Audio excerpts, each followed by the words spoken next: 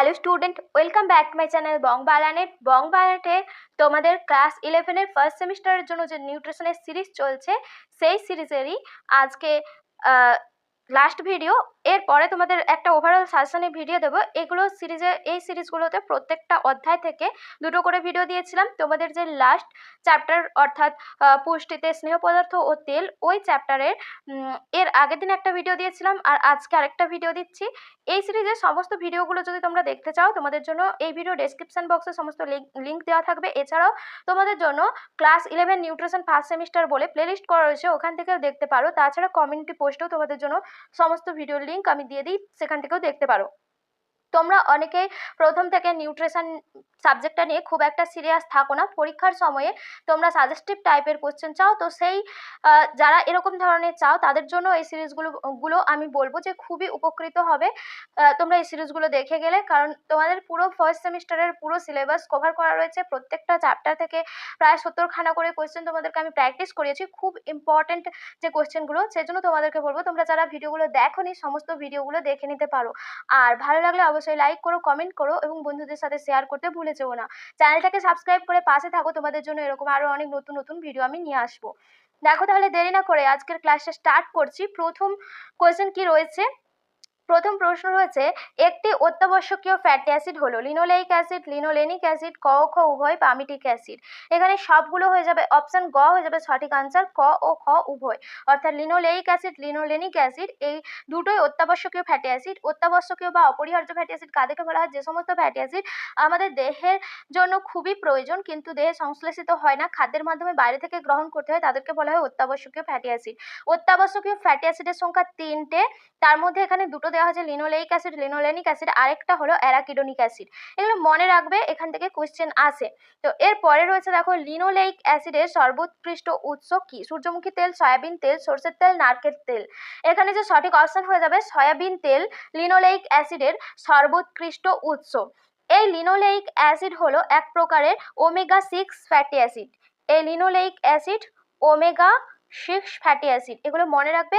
Omega 6 মানে যে fatty অ্যাসিডের যে মিথাইল প্রান্ত থাকে, মিথাইল প্রান্তের পরে মিথাইল প্রান্ত থেকে 6 নম্বর যে কার্বনটা থাকে, সেই 6 নম্বর কার্বনে গিয়ে ডবল বন্ড থাকে, সেটাকেই বলা হয় ওমেগা 6 ফ্যাটি অ্যাসিড। এরপরে রয়েছে দেখো পুফা। পুফা কথাটির সম্পূর্ণ অর্থ কি? Pure unsaturated fatty acid, poly unstable fatty acid, poly unsaturated fatty acid, pure unstable fatty acid. দেখো PUFA poly unsaturated fatty acid. Unsaturated কথার অর্থ কি? অসম্পৃক্ত ফ্যাটি অ্যাসিড।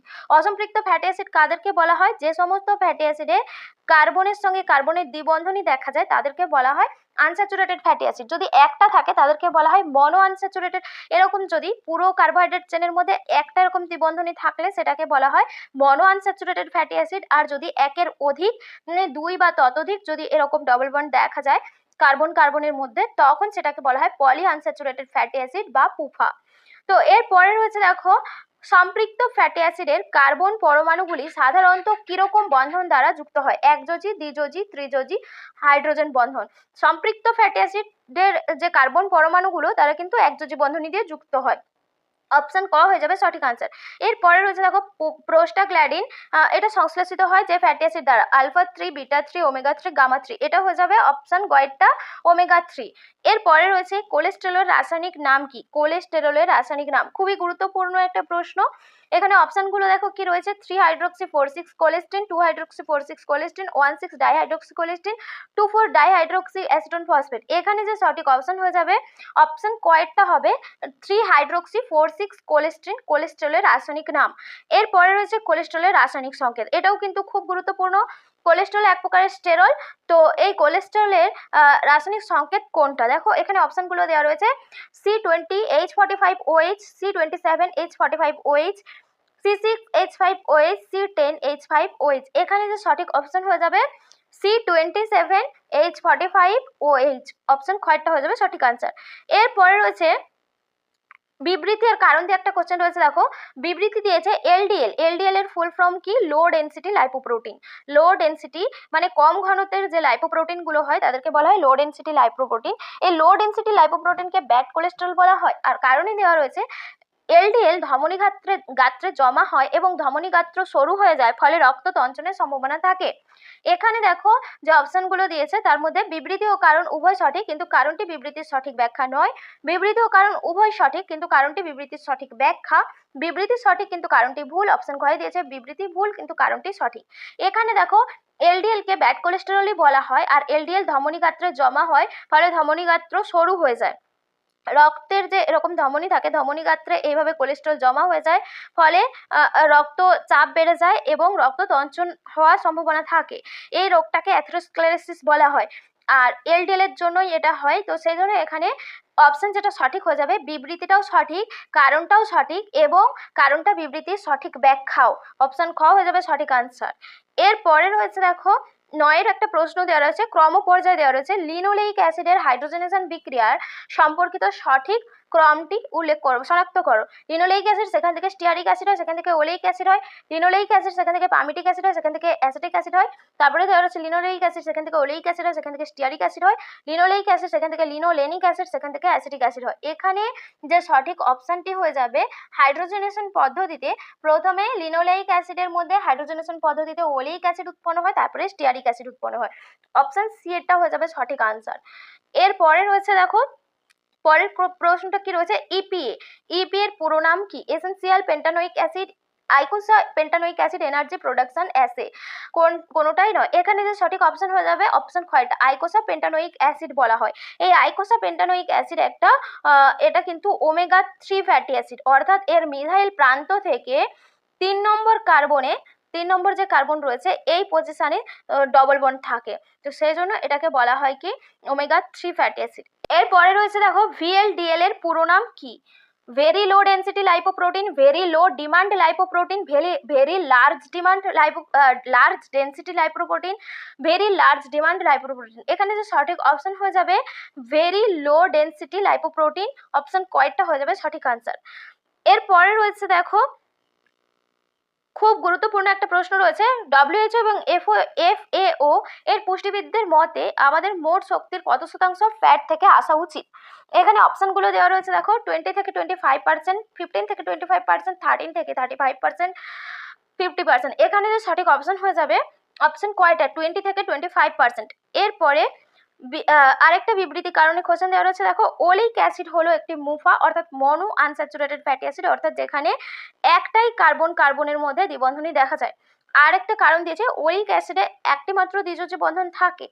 এখানে দেখো এখানেও সঠিক অপশনটা হয়ে যাবে অপশন কয়টাই হবে, বিবৃতি ও কারণ উভয় সঠিক, কারণটি বিবৃতিটির সঠিক ব্যাখ্যা। এরপরে রয়েছে দেখো চপ বা বাইরের তেলে ভাজা গ্রহণ করলে বুক জ্বালা ও অম্বল গ্যাস হয়, এর কারণ কি? এটা যে তেলে ভাজা হয়েছে তার মধ্যে কি থাকে? Cholesterol, hydrocarbon, acrolein, glycerol. Acrolein থাকে বলে কিন্তু চপ বা বাইরের তেলে ভাজা বেশি খেলে আমাদের বুক জ্বালা অম্বল গ্যাস সৃষ্টি হয়। এটা একটা তোমাদের কেস স্টাডি টাইপের কোশ্চেন, তো এগুলো একটু জেনে রাখবে। এরপরে রয়েছে দেখো একটা স্তম্ভ মেলানো দিয়েছে, এই স্তম্ভ মেলানোটা অপশনটা আমি দিইনি, অপশনটা কেমন হবে তোমাদেরকে বলে দিব। দেখো এখানে আগে মিলিয়ে নিই। প্রথমে রয়েছে দেখো অ্যাসিটোন, অ্যাসিটোন কিন্তু কিটোন বডি, অর্থাৎ একের দাগের যেটা হবে গ।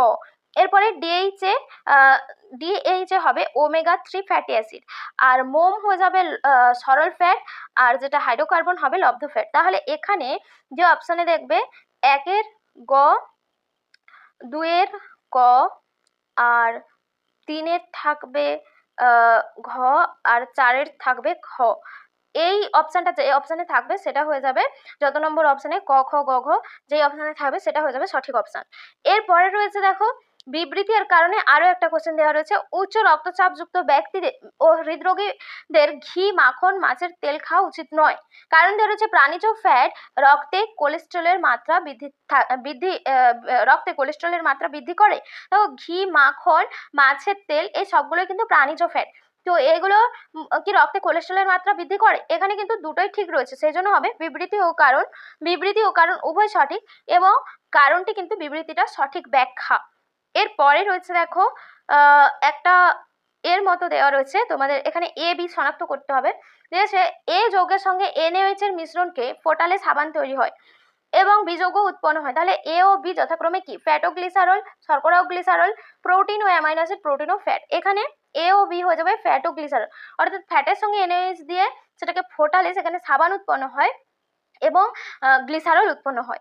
এরপরে রয়েছে দেখো একটা তোমাদেরকে এখানে ছবি দেওয়া হয়েছে, এই ছবিটায় প্রদত্ত সংকেতটি কিসের এটা তোমাদেরকে বলতে হবে। এখানে অপশনগুলো দিয়েছে দেখো, প্রোটিন, ট্রাইগ্লিসারাইড, কোলেস্টেরল, গ্লুকোজ।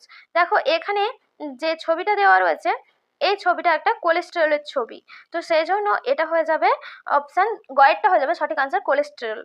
এরপরে রয়েছে দেখো, কোলেস্টেরল পিত্তথলিতে সঞ্চিত হয়ে শক্ত যন্ত্রণাদায়ক পাথর সৃষ্টি করে তাকে কি বলা হয়? Atherosclerosis, colitis, lithiasis, Cooper syndrome. এখানে যে সঠিক অপশন হয়ে যাবে গয়েরটা কোলেলিথিয়াসিস। এরপরে দেখো রয়েছে, নিম্নলিখিত কোন রোগে কোন ধরনের অন্তঃগাত্রে কোন ধরনের রোগে অন্তর্গাত্রে এখানে যে কোশ্চেনটা দেওয়া রয়েছে অল্প একটু ভুল রয়েছে। দেখো কোশ্চেনটা কি হবে, নিম্নলিখিত কোন ধরনের রোগে রক্তবাহের অন্তর্গাত্রে কোলেস্টেরল জমা হয়? এখানে রক্তবাহটা হবে কোন ধরনের রোগে রক্তবাহের অন্তর্গাত্রে কোলেস্টেরল জমা হয়। তো এখানে অপশনগুলো রয়েছে atherosclerosis, colitis, cholelithiasis, Cooper syndrome. এখানে যে সঠিক অপশন হয়ে যাবে এটা হবে অ্যাথেরোস্ক্লেরোসিস। প্রথমেই দেখিয়েছিলাম অ্যাথেরোস্ক্লেরোসিস রোগে রক্তবাহের অন্তর্গাত্রে কোলেস্টেরল জমা হয়। এরপরে রয়েছে দেখো, অতিরিক্ত কোলেস্টেরল হৃৎপিণ্ডে জমা হলে যে সমস্যা সৃষ্টি হয়, myocardial infection, angina pectoris, myasthenia gravis, কোনোটাই নয়। এখানে যে সঠিক অপশন হয়ে যাবে অপশন খয়টা অ্যানজাইনা পেক্টরিস। অতিরিক্ত কোলেস্টেরল হৃৎপিণ্ডে জমা হওয়ার ফলে হৃৎপিণ্ডে পর্যাপ্ত পরিমাণে রক্ত পৌঁছাতে পারে না হৃৎপিণ্ডের যে পেশিগুলোতে, তখন যে রোগটা সৃষ্টি হয়, বুকে ব্যথা হয়, সেই রোগটাকেই বলা হয় অ্যানজাইনা পেক্টরিস। এরপরে রয়েছে দেখো, উদ্ভিজ্জ তেলকে হাইড্রোজেনেশন পদ্ধতিতে সম্পৃক্তকরণের সময় এটি উৎপন্ন হয়। এটি উচ্চ গলনাঙ্ক যুক্ত হয় এবং এটি রক্তে কোলেস্টেরলের মাত্রা বৃদ্ধি করে। এটি কি trans fatty acid, cis fatty acid, উপরোক্ত দুটি কোনোটাই নয়। এখানে যে সঠিক অপশন হয়ে যাবে কয়টা trans fatty acid. Trans fatty acid কোনগুলোকে বলা হয়? যেখানে কার্বন কার্বন দ্বিবন্ধনীতে যে মিথাইল গ্রুপগুলো থাকে, মিথাইল গ্রুপগুলো কর্নারে থাকে, অর্থাৎ একে অপরের ট্রান্স পজিশনে থাকে, এই ধরনের যে ফ্যাটি অ্যাসিডগুলো দেখা যায় সেটাকে বলা হয় ট্রান্স ফ্যাটি অ্যাসিড। এরপরে রয়েছে দেখো, ওমেগা 3 ফ্যাটি অ্যাসিড হলো, ওমেগা 3 ফ্যাটি অ্যাসিড কি? ইপিএ, ডিএইচএ, লিনোলেনিক অ্যাসিড, সবকটাই। দেখো ওমেগা 3 ফ্যাটি অ্যাসিড কিন্তু এখানে সবকটাই হয়ে যাবে। এরপরে রয়েছে দেখো, ক্যালেন্টিক অ্যাসিড। ক্যালেন্টিক অ্যাসিড হলো omega 3 fatty acid, omega 4 fatty acid, omega 6 fatty acid, omega 8 fatty acid. এটা হয়ে যাবে অপশন গয়টা ওমেগা 6 ফ্যাটি অ্যাসিড। নেক্সট রয়েছে, কোন রোগ প্রতিরোধে ওমেগা 3 ফ্যাটি অ্যাসিডের গুরুত্বপূর্ণ ভূমিকা আছে? সিফিলিস ও গনোরিয়া, স্তন ক্যান্সার ও কোলন ক্যান্সার, ফাইলেরিয়াসিস ও অ্যাসকারিয়াসিস, আমাশয়, ডায়রিয়া। এখানে যে সঠিক অপশন হয়ে যাবে খয়টা স্তন ক্যান্সার ও কোলন ক্যান্সার। নেক্সট রয়েছে দেখো, নিম্নলিখিত কোন ফ্যাটি অ্যাসিডটি দেহে সংশ্লেষিত হয়? Oleic acid, linoleic acid, linolenic acid, arachidonic acid. দেহে সংশ্লেষিত হয় ওলেইক অ্যাসিড। অপশন কয়েকটা হয়ে যাবে সঠিক আনসার। আর তিনটা যেটা দেওয়া রয়েছে ওইগুলো অপরিহার্য ফ্যাটি অ্যাসিড, আর অপরিহার্য প্রথমেই বলেছিলাম অপরিহার্য ফ্যাটি অ্যাসিড দেহে সংশ্লেষিত হয় না। যেগুলো অনপরিহার্য ফ্যাটি অ্যাসিড রয়েছে সেগুলো কিন্তু দেহে সংশ্লেষিত হয়। এখানের মধ্যে ওলেইক অ্যাসিড একমাত্র অনপরিহার্য অ্যামাইনো অ্যাসিড, ফ্যাটি অ্যাসিড, তো সেই জন্য এটা দেহে সংশ্লেষিত হয়। এরপরে একটা 4টে বিবৃতি দেওয়া রয়েছে, এর মধ্যে কোন বিবৃতিগুলো সঠিক সেটা তোমাদেরকে বলতে হবে। দেখো কোশ্চেনটা কি রয়েছে, বিবৃতি 1-এ দেওয়া রয়েছে ফ্যাট জাতীয় পদার্থ যাতে সহজে নষ্ট না হয় তাই এদের হাইড্রোজেনেশন করা হয়।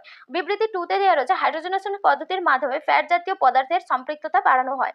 বিবৃতি 3-তে দেওয়া রয়েছে হাইড্রোজেনেশন পদ্ধতি প্রায় 150 থেকে 220 ডিগ্রি সেন্টিগ্রেড উষ্ণতায় উদ্ভিজ্জ তেলে হাইড্রোজেন গ্যাস চালনা করা হয়। এরপরে অপশন 4-এ দেওয়া রয়েছে, বিবৃতি 4-এ দেওয়া রয়েছে হাইড্রোজেনেশনের ফলে ফ্যাটি অ্যাসিডের গলনাঙ্ক কমে যায়। এর মধ্যে কোন অপশনটা নিচে যে অপশনগুলো দেওয়া রয়েছে তার মধ্যে কোনটা সঠিক হবে? এখানে যেটা সঠিক হবে দেখো গয়ের অপশনটা, বিবৃতি 1, 2, 3 সঠিক, কিন্তু বিবৃতি 4টা ভুল। 1 নম্বর, 2 নম্বর, 3 নম্বর যে বিবৃতি দেওয়া রয়েছে ওই তিনটেই সঠিক, কিন্তু 4 নম্বরটা ভুল। এরপরে রয়েছে দেখো 27-এর প্রশ্ন, মাখনের পরিবর্তে ব্যবহার করা হয় ড্যাশ নামক স্নেহ পদার্থ, এটিকে ড্যাশ যুক্ত করে পুষ্টিমূল্য বাড়ানো হয়? বনস্পতি, ভিটামিন এডি, মার্জারিন, ভিটামিন এডি, চিজ, ভিটামিন সিবি, কোনোটাই নয়। দেখো মাখনের পরিবর্তে মার্জারিন স্নেহ পদার্থ ব্যবহার করা যেতে পারে, আর এটাকে ভিটামিন এ আর ডি এর সঙ্গে যুক্ত করে মানে ফুড ফর্টিফিকেশন পদ্ধতিতে ভিটামিন এ আর ডি যুক্ত করে এর পুষ্টিমূল্য বৃদ্ধি করা হয়, সেজন্য অপশন খ হয়ে যাবে সঠিক আনসার। নেক্সট রয়েছে দেখো সবচেয়ে বেশি ফসফোলিপিড রয়েছে কোনটাতে, কলোমাইক্রন, এলডিএল, ভিএলডিএল, এইচডিএল। এখানে যে সঠিক অপশন হয়ে যাবে অপশন ঘয়টা, এইচডিএল, হাই ডেন্সিটি লাইপোপ্রোটিন, এর মধ্যে সবচেয়ে বেশি ফসফোলিপিড থাকে। নেক্সট প্রশ্ন রয়েছে ফ্যাটের অসম্পৃক্ততার মান নির্ণয় করা হয় কোনটির মাধ্যমে, আয়োডিন সংখ্যা, স্যাফনিফিকেশন সংখ্যা, হাইড্রোজেনেশন, কোনটাই নয়। এখানে সঠিক অপশন হয়ে যাবে কয়টা, আয়োডিন সংখ্যা। নেক্সট রয়েছে দেখো রক্তে অতিরিক্ত পরিমাণে কলোমাইক্রন ও লাইপোপ্রোটিনের উপস্থিতিকে কি বলা হয়, পলিউরিয়া, পলিমিয়া, হাইপারটেনশন, অ্যাথেরোস্ক্লেরোসিস। এখানে সঠিক অপশন হয়ে যাবে অপশন খয়টা, পলিমিয়া বলা হয়। নেক্সট প্রশ্ন রয়েছে দেখো নিম্নলিখিত কোনটি উদ্ভিজ্জ sterol, ergosterol, cholesterol, prostaglandin, hydrocarbon. এখানে যে সঠিক অপশন হয়ে যাবে আর্গোস্টেরল কিন্তু উদ্ভিজ্জ স্টেরলের মধ্যে পড়ে, কোলেস্টেরল কিন্তু প্রাণীজ স্টেরল।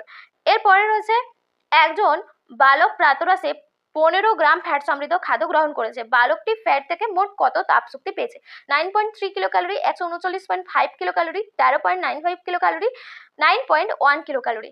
দেখো এখানে 15 গ্রাম ফ্যাট, 1 গ্রাম ফ্যাট থেকে আমরা শক্তি পাই কত, 9.3 কিলো ক্যালোরি। তাহলে 15 গ্রাম থেকে কত পাবো, 15 ইন্টু 9.3, এটাকে গুণ করলে পাওয়া যায় 139.5। তো অপশন খয়েরটা হয়ে যাবে সঠিক আনসার। নেক্সট প্রশ্ন রয়েছে দেখো নিম্নলিখিত কোনটি মস্তিষ্কের গঠনে ও বৃদ্ধিতে সাহায্য করে, DHA, cholesterol, linoleic acid, arachidonic acid. মস্তিষ্কের গঠন আর বৃদ্ধিতে সাহায্য করে ডিএইচএ। ডিএইচএ কিন্তু একটা ওমেগা 3 ফ্যাটি অ্যাসিড। এই ডিএইচ এর ফুল ফর্ম হলো ডোকোসা হেক্সানোইক অ্যাসিড, ডোকোসা হেক্সানোইক অ্যাসিড, এগুলো মনে রাখবে নামগুলো। এরপরে রয়েছে দেখো ইএফ এর পুরো নাম কি, essential fatty acid, energy fatty acid, effective fatty acid, emergency fatty acid. এখানে সঠিক অপশন হয়ে যাবে এসেন্সিয়াল ফ্যাটি অ্যাসিড, ইএফএ। এরপরে রয়েছে লাস্ট প্রশ্ন দেখো নিম্নলিখিত কোনটি লিনোলেনিক অ্যাসিডের উদাহরণ, C18H30O2, C6H5OH, C18H32O2, তারপরে রয়েছে C18H30O6। এখানে যে সঠিক অপশন হয়ে যাবে অপশন কয়েকটা, লিনোলেনিক অ্যাসিডের উদাহরণ হলো তোমাদের অপশন কয়েকটা হয়ে যাবে, অর্থাৎ C18H30O2। আর যেটা রয়েছে দেখো C18H32O2, এটা হচ্ছে গিয়ে ওমেগা 6 ফ্যাটি অ্যাসিড, এটা লিনোলেইক অ্যাসিডের সংকেত, লিনোলেইক। এই সংকেতগুলো অনেক সময় পরীক্ষায় আসে, এগুলোও পড়ে যাবে। তো এই ছিল তোমাদের টোটাল ফ্যাট থেকে কোয়েশ্চেন। আজকে নিয়ে তোমাদের যে সিরিজটা চলছিল সেই সিরিজটা শেষ হয়ে গেছে। এবার তোমাদেরকে কিছু সেট প্রশ্ন করিয়ে দেবো, অর্থাৎ তোমাদের টোটাল, এগুলো তো চ্যাপ্টার ওয়াইজ ছিল, অর্থাৎ টোটাল সেটে কিরকম ধরনের প্রশ্ন আসতে পারে সেরকম কয়েকটা সেটও তোমাদেরকে করিয়ে দেবো। আজকের ভিডিও এখানেই শেষ করছি। ভিডিও ভালো লাগলে অবশ্যই কমেন্ট করে জানাতে ভুলো না, এবং তোমাদের লাইক কমেন্ট কিন্তু আমাকে অনেক অনেক মোটিভেশন যোগায় তোমাদের জন্য এরকম নতুন নতুন ধরনের ভিডিও আনার জন্য। সেজন্য বলবো তোমরা চ্যানেলটার পাশে থেকো, আর এরকম ধরনের যাতে নতুন নতুন তোমাদের জন্য ভিডিও সিরিজ আবার আনতে পারি। আজকে এখানেই শেষ করছি, সামনেই পরীক্ষা, খুব ভালোভাবে প্রস্তুতি নাও। তোমরা প্রথম সেমিস্টার সিস্টেমে পরীক্ষা দিচ্ছ, সেজন্য তোমাদের অনেক কিছু নিয়ম চেঞ্জ হয়েছে, আশা করি তোমরা সব কিছুই জানো, তো সেই মতো প্রস্তুতি নাও। আজকে এখানেই শেষ করছি, আবার দেখা হবে পরবর্তী ক্লাসে, টাটা।